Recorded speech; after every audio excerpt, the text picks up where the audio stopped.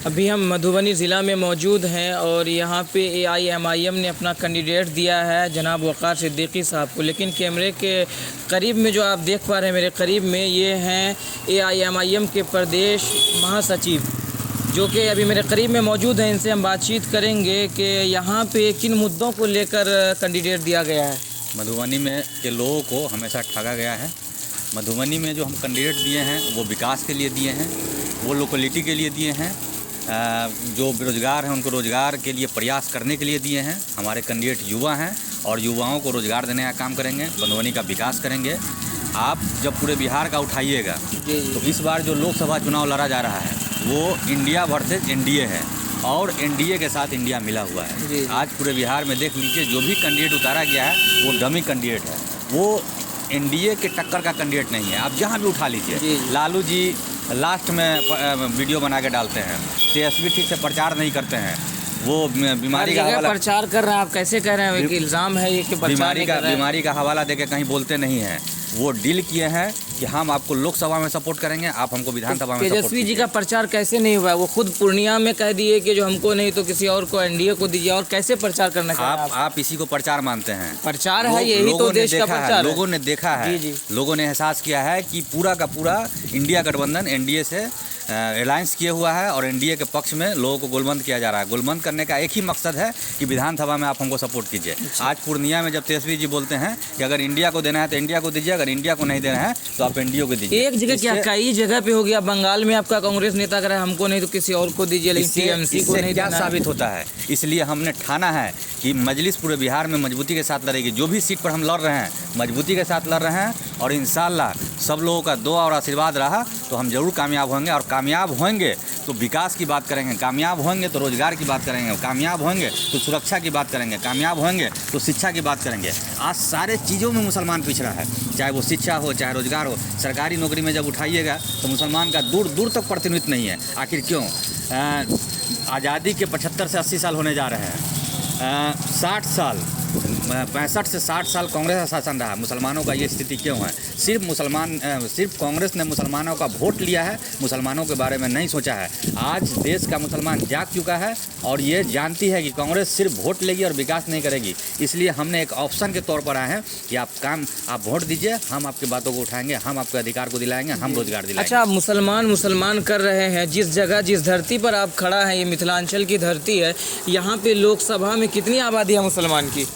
लोकसभा में यहाँ लगभग 18%। 18% से आपकी जीत हो सकती है? एकदम हो सकती है। कैसे हो सकती है? मुसलमान की हम बात करें, जो लोग जिनको हमेशा पीछे के पैदान में खड़ा किया गया था, हमेशा उनके साथ अत्याचार हुआ, हम उस सब लोगों की बात करते हैं। दलित की बात करते हैं, मुस्लिम पहले हैं, दलित की बात करते हैं, आदिवासी की बात करते हैं, मुसलमान की बात करते हैं। जो लोगों के साथ अन्याय हुआ है उस अन्याय के खिलाफ हम लोग खड़े हैं और सब लोग हम लोग को सपोर्ट कर रहे हैं। इंशाअल्लाह ताला जीत होगी, जरूर जीत होगी। अच्छा, जिस तरीके से आप कह रहे हैं कि जो भाषण जो है तेजस्वी जी दे रहे हैं, विधानसभा की तैयारी चल रही है, इसी तरह आपको MIM पार्टी को मतलब कि इस नज़रिए से विपक्ष देखते हैं कि नहीं, इन लोग वोट काटने के लिए, यहाँ एक वोट काटने के लिए कैंडिडेट दिया गया? क्या सही बात है? वोट काटने के लिए लोगों का कहा जाता है वोट कटवा है, लोगों का मोहब्बत है। मोहब्बत कैसे मोहब्बत है? कैसे मोहब्बत? लोगों ने आप देखे होंगे, आप वीडियो देख लीजिए, जहाँ भी जाइए आप सर्वे कर लीजिए ना मधुबनी का सर्वे कर लीजिए। यहाँ सीधे बोला जा रहा है कि फातमी साहब को पहले भी मौका दिया गया था। फातमी साहब न दरभंगा के लिए कुछ किए, न मधुबनी के लिए कुछ किए। उनको मंत्री भी बनाया गया, फिर भी कुछ नहीं किए। तो आगे वो क्या करेंगे? कुछ बीजेपी वाले करेंगे, 10 साल रह चुके हैं और भी बीजेपी वाले को तो लगातार मौका है। आप देख लीजिए ना, आपको बगल से रास्ता क्रॉस। इस बार उसी को मौका देना है, बीजेपी वाले को। बीजेपी को मौका नहीं देना है, सब लोग AIM को मौका दे रहे हैं। सब लोग AIM को नहीं, जैसे फातमी साहब कहीं और से आए हैं तो बीजेपी वाले अब निकलेंगे, आप लोग कुछ लाएगा, कुछ वो लाएगा, बीच में बीजेपी बीच में नहीं ना है। फातमी साहब का चर्चा ही नहीं है, चर्चा ही नहीं है बीजेपी का ज़्यादा। हमारे कैंडिडेट यहाँ के लोकल हैं, युवा हैं, शिक्षित है, संघर्ष किए हुए हैं, लोगों के परेशानी को जानते हैं, समाज के बीच के कैंडिडेट हैं। इसलिए समाज चाह रहे हैं कि हमारे बीच का कैंडिडेट आए, न कि हवाई जहाज और न कि बाहर के कैंडिडेट आए। फातमी साहब किस चेहरा के साथ लोगों के बीच जाएंगे? आप ही बताइए ना। मंत्री थे, मंत्री से बड़ा भी पद उनको मिल सकता है? नहीं मिल सकता है। जब मंत्री थे तो काम नहीं किए तो आप क्या काम करेंगे? लोगों का उम्मीद खत्म है फातमी साहब से। हमारे कैंडिडेट के साथ पूरे मधुबनी के लोग मजबूती के साथ खड़े हैं और इंशाल्लाह जीत होगी। अच्छा, बीजेपी कैंडिडेट यहाँ कितना मजबूत है? बीजेपी कैंडिडेट मजबूत नहीं है। बीजेपी को पिछले 10 सालों से लोगों ने यहाँ का प्रतिनिधित्व दिया, 10 साल ने कुछ नहीं किए वो। अच्छा। पहले उनके पिताजी को लोगों ने मौका दिया था, अब उनके बेटा को मौका दिया, कुछ नहीं किए हैं। सब लोग उनसे नाराज़ है। नाराज़गी का यही आलम है कि सब लोग एआईएम के साथ जुड़ रहे हैं। हिंदू हो, मुसलमान हो, दलित हो, सब लोगों का मोहब्बत मिल रहा है। अच्छा, एमआईएम का प्रदेश महासचिव है, यहाँ की क्या रुझान है, जनता क्या चाहती है? जीत रहे हैं, जीत रहे हैं आप लोग? जीत रहे हैं। इतना जल्दी दावा ठोक रहे हैं आप? दावा नहीं ठोक रहे, लोगों का मोहब्बत है। आप घूम के देख लीजिए ना मधुबनी में, मोहब्बत है। मोहब्बत है, मोहब्बत है।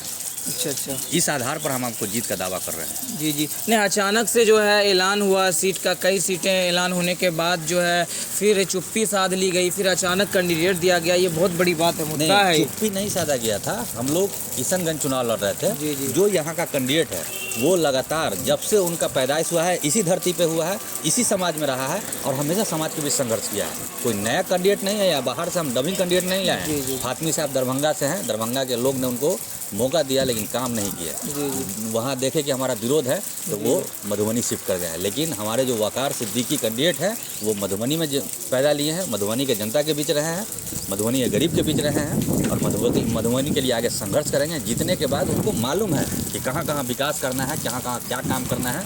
मधुबनी का जो बेसिक मुद्दा है वो मुद्दा उनको मालूम है, इसलिए हम लोग वकार सिद्दीकी को लाए हैं। युवा है, मधुबनी के सारे जनता से हम अपील करते हैं कि आप युवा को जिताइए, अपने बीच के बेटा को जिताइए जो आपके दुख परेशानी को समझे।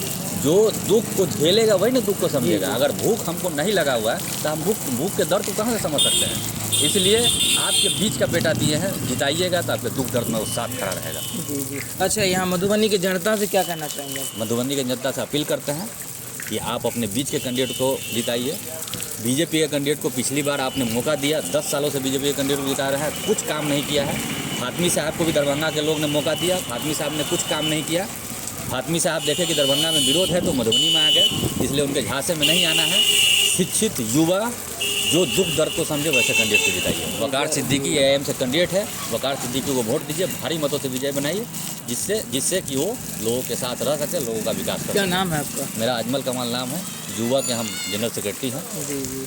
देख सकते हैं ये अजमल कमाल साहब थे जिन्होंने ये कहा कि मधुबनी जो है एक एमआईएम की गढ़ बन चुकी है। समझिए, लोग उन्हीं को चाह रहे हैं, वोट उन्हीं को पड़ेगी, यही कहना है। और जो फातमी साहब है या विपक्ष जितने भी हैं सारे लोग नाकाम में। 10 साल बीजेपी को देखा गया, फातमी साहब दरभंगा से भाग करके यहाँ आए हैं। तो यानी बहुत सारी बातें हैं, लेकिन आपकी क्या राय है कमेंट बॉक्स में ज़रूर बताइएगा। आज के लिए इतना ही, मिलते हैं अगले वीडियो में। जय हिंद, जय भारत।